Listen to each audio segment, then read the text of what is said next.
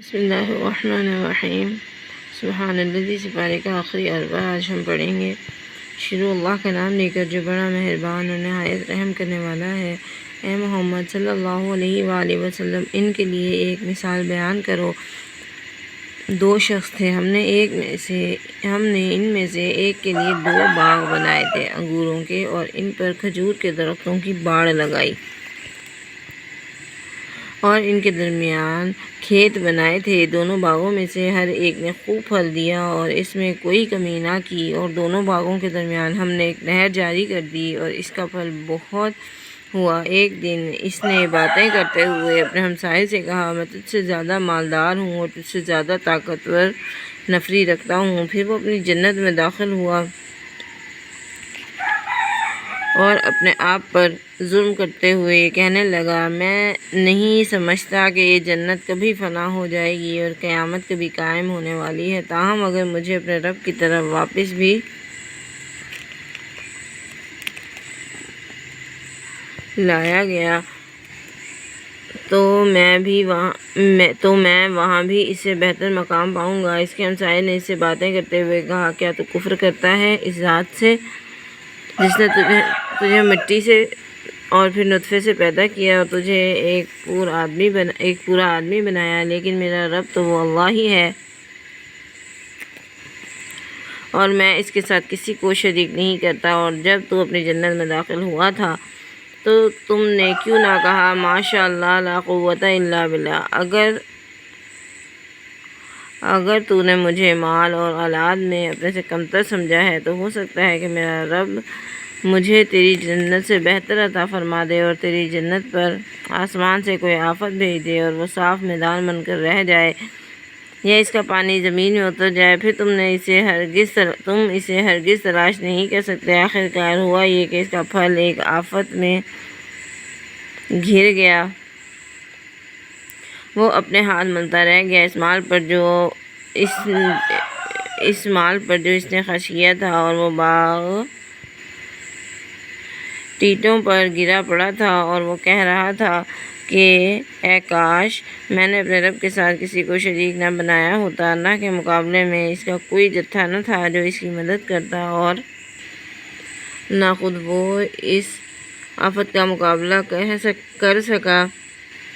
اس وقت معلوم ہوا کہ کارسازی کا اختیار خدائے برحق کو ہے، اسی کا دیا ہوا اجر اور اسی کا دکھایا ہوا انجام بہتر ہے۔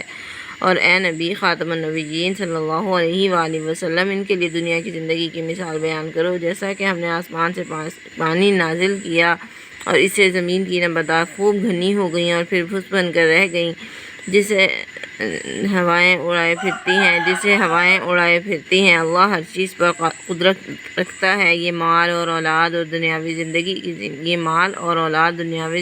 کی زینت ہیں، باقی رہنے والی نیکیاں ہی تیرے رب کے نزدیک بہتر ہیں، اجر کے اعتبار سے بھی اور امید رکھنے کے لیے بھی۔ اور جس دن ہم پہاڑوں کو چلائیں گے اور تم زمین کو بالکل برہنہ دیکھو گے، اور ہم سب انسانوں کو جمع کریں گے اور کسی ایک کو بھی نہیں چھوڑیں گے، اور سب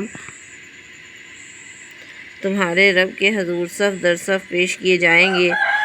تم آ گئے نا ہمارے پاس اسی طرح جیسا کہ ہم نے تمہیں پہلی بار پیدا کیا تھا، بلکہ تم نے تو یہ سمجھا تھا کہ ہم تمہارے لیے کوئی وعدے کا وقت ہی مقرر نہیں کریں گے، اور نامہ اعمال سامنے رکھ دیا جائے گا کہ تم دیکھو کہ مجرم لوگ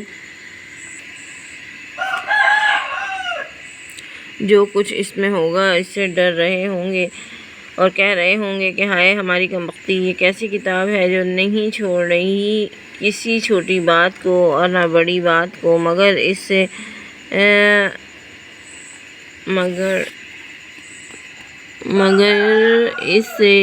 شمار کر دیا ہے۔ جو کچھ انہوں نے کہا تھا اور وہ اسے موجود پائیں گے، اور تیرا رب کسی پر ظلم نہ کرے گا۔ یاد کرو کہ ہم نے فرشتوں سے کہا کہ سجدہ کرو تو انہوں نے سجدہ کیا، مگر ابلیس نے نہ کیا، وہ جنوں میں سے تھا، اس نے اپنے رب کے حکم کی نافرمانی کی۔ اب کیا تم میرے سوا اسے اور اس کی اولاد کو اپنا سرپرست بناتے ہو، حالانکہ وہ تمہارے دشمن ہیں؟ بہت برا بدل ہے ظالموں کے لیے۔ میں نے آسمانوں اور زمین کو پیدا کرتے وقت ان کو گواہ نہیں بنایا تھا اور نہ خود ان کو پیدا کرتے وقت۔ میں گمراہ کرنے والوں کو اپنا مددگار بنانے والا نہیں ہوں۔ یہ اس دن کیا کریں گے جس روز وہ کہے گا پکارو میرے ان شریکوں کو جن کے متعلق تمہیں گمان تھا، یہ ان کو پکاریں گے مگر وہ انہیں جواب تک نہیں دیں گے اور ہم ان کے درمیان ہلاکت کا گڑھا مشترک بنا دیں گے۔ اور سارے مجرم آگ دیکھیں گے اور سمجھ لیں گے کہ وہ اس میں گرنے والے ہیں اور وہ اس سے بچنے کے لیے کوئی جائے فرار نہ پائیں گے۔ ہم نے اس قرآن میں ہر طرح کی مثالیں بیان کی ہیں مگر انسان ہر چیز سے زیادہ جھگڑا کرنے والا ہے۔ جب لوگوں کے پاس ہدایت آ گئی تو انہیں نہیں روکا اس بات سے کہ وہ ایمان لائیں اور اپنے رب سے معافی چاہیں، مگر اس بات نے کہ ان پر پہلے لوگوں کی سنت نافذ ہو جائے یا ان پر بالکل سامنے سے عذاب آ جائے۔ ہم رسولوں کو نہیں بھیجتے مگر ان کو بشارت دینے والے اور خبردار کرنے والے بنا کر، لیکن جن لوگوں نے کفر کیا ہے وہ باطل کے ہتھیار لے کر جھگڑا کرتے ہیں تاکہ اس کے ذریعے سے حق کو نیچا دکھا دیں، اور انہوں نے میری آیات کو جو تنبیہ انہیں کی گئی اسے مذاق بنا لیا ہے۔ اس شخص سے بڑا ظالم کون ہے جسے اس کے رب کی آیات سے نصیحت کی گئی مگر اس نے ان سے اعراض کر لیا اور جو کچھ ان کے ہاتھوں نے آگے بھیجا ہے اسے بھول گیا۔ ہم نے ان کے دلوں پر پردے ڈال دیے ہیں تاکہ وہ اسے نہ سمجھے، اور ان کے کانوں میں گرانی پیدا کر دی ہے۔ اگر تم انہیں ہدایت کی طرف بلاؤ تب بھی یہ ہدایت نہ پائیں گے۔ تیرا رب بڑا بخشنے والا رحم کرنے والا ہے۔ اگر وہ ان کو ان کرتوتوں کی وجہ سے جو انہوں نے کیے ہیں پکڑ لیتا تو انہیں جلد ہی عذاب دے دیتا، مگر ان کے لیے وعدے کا ایک وقت مقرر ہے جس سے بھاگنے کے لیے کی راہ وہ نہیں پائیں گے۔ یہ بستیاں وہ ہیں جب انہوں نے ظلم کیا تو ہم نے ان کو تباہ کر دیا۔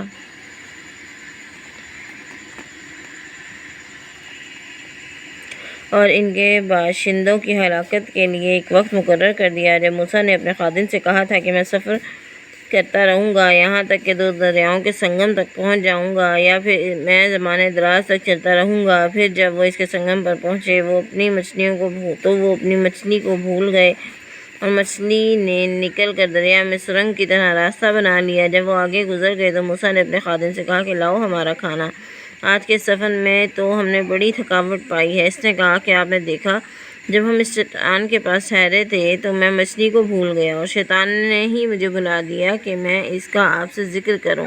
مچھلی نے تو دریا میں عجیب سا راستہ بنا لیا۔ موسیٰ نے کہا یہی ہے جو ہم چاہتے تھے۔ پھر وہ قدموں کے نشان دیکھتے ہوئے واپس آئے اور انہوں نے وہاں ہمارے بندوں میں سے ایک بندے کو پایا جسے ہم نے اپنی رحمت عطا کی تھی اور اسے اپنے پاس سے علم دیا تھا۔ موسیٰ نے اس سے کہا کہ کیا میں آپ کے ساتھ رہ سکتا ہوں کہ آپ مجھے بھی وہ دانش سکھائیں جو آپ کو سکھائی گئی ہے؟ اس نے کہا کہ آپ میرے ساتھ صبر نہیں کر سکتے اور جس چیز کے علم کا آپ نے احاطہ نہ کیا ہو اس پر آپ صبر کیسے کر سکتے ہیں؟ موسیٰ نے کہا انشاءاللہ آپ مجھے صابر پائیں گے اور کسی معاملے میں میں آپ کی نافرمانی نہیں کروں گا۔ اس نے کہا کہ اگر آپ میرے ساتھ چلتے ہیں تو مجھ سے کسی چیز کے متعلق نہ پوچھیں حتیٰ کہ میں خود آپ سے اس کا ذکر شروع کروں۔ وہ دونوں روانہ ہوئے یہاں تک کہ جب وہ ایک کشتی میں سوار ہو گئے تو اس شخص نے کشتی میں شگاف ڈال دیا۔ موسیٰ نے کہا کہ آپ نے اس کشتی میں شگاف ڈال دیا تاکہ سب کشتی والوں کو ڈبو دیں، یہ تو آپ نے غلط حرکت کر ڈالی۔ اس نے کہا کیا میں نے کہا نہ تھا کہ تم میرے ساتھ صبر نہیں کر سکتے؟ موسیٰ نے کہا بھول جانے پر مجھے نہ پکڑیے اور میرے معاملے میں مجھے مشکل میں نہ ڈالیے۔ پھر وہ دونوں چلے یہاں تک کہ وہ ایک لڑکے کو ملے اور اس شخص نے اس لڑکے کو قتل کر دیا۔ موسیٰ نے کہا آپ نے بے گناہ شخص کو قتل کر دیا، اس کے کسی جان کو قتل کرنے کے بغیر ہی، یہ کام تو آپ نے بہت ہی برا کیا۔ صدق اللہ العظیم۔